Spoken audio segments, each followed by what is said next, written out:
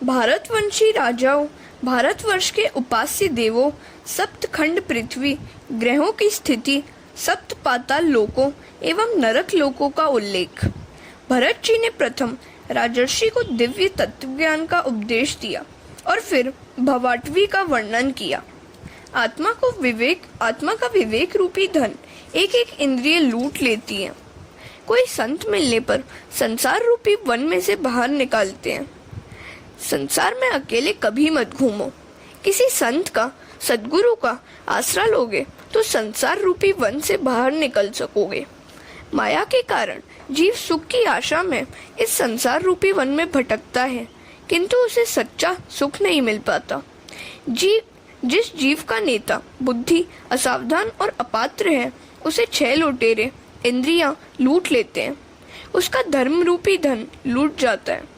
बड़ी सी टोली में से प्रवादी भेड़ को जिस प्रकार भेड़िया खींच ले जाता है, उसी प्रकार जीव संघ के प्रवादी मनुष्य को श्रृगाल आदि स्त्री संतान खींच ले जाते हैं। यह मन संसार बेलों और जालों से, गृहस्थाश्रम से व्याप्त है। मच्छरों से, काम्य कर्मों से यह जन समुदाय पीड़ा पाता रहता है। उस वन में जीव समुदाय उसे जब तृषा सताती है तो वह मृगजल की, निष्फल विषयों की दौड़ता रहता है। कई बार निर्जला नदी की, दुग्धमयी मार्ग की ओर दौड़ता है। कभी जल पा जाता है तो वन के यक्ष राजा उसका प्राण धन हर लेते हैं।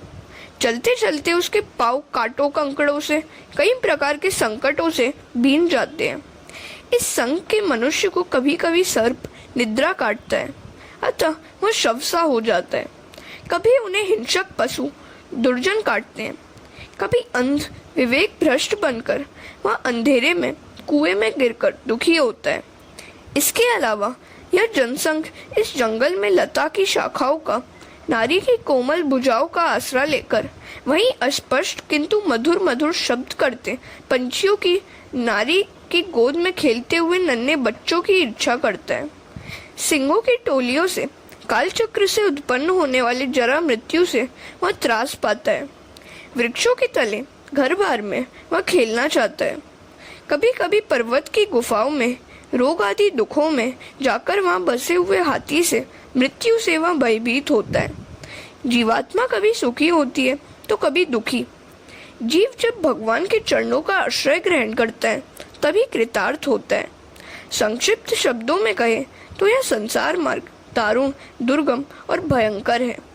मन को विषयासक्त किए बिना श्री हरि की सेवा से तीक्ष्ण बनी हुई ज्ञान कृपाण को लेकर इस संसार वन के उस ओर पहुंच जाओ। भरत जी ने प्रथम शिक्षा दी और फिर दी दीक्षा।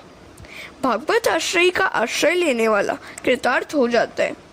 भरत जी ने प्रभु का ध्यान करते हुए शरीर त्याग किया। इसके आगे भरतवंशी राजाओं का वर्णन है। इसके बाद आता है भारतवर्ष के उपास्य देवों और उपासक भक्तों का वर्णन। हरे कृष्ण।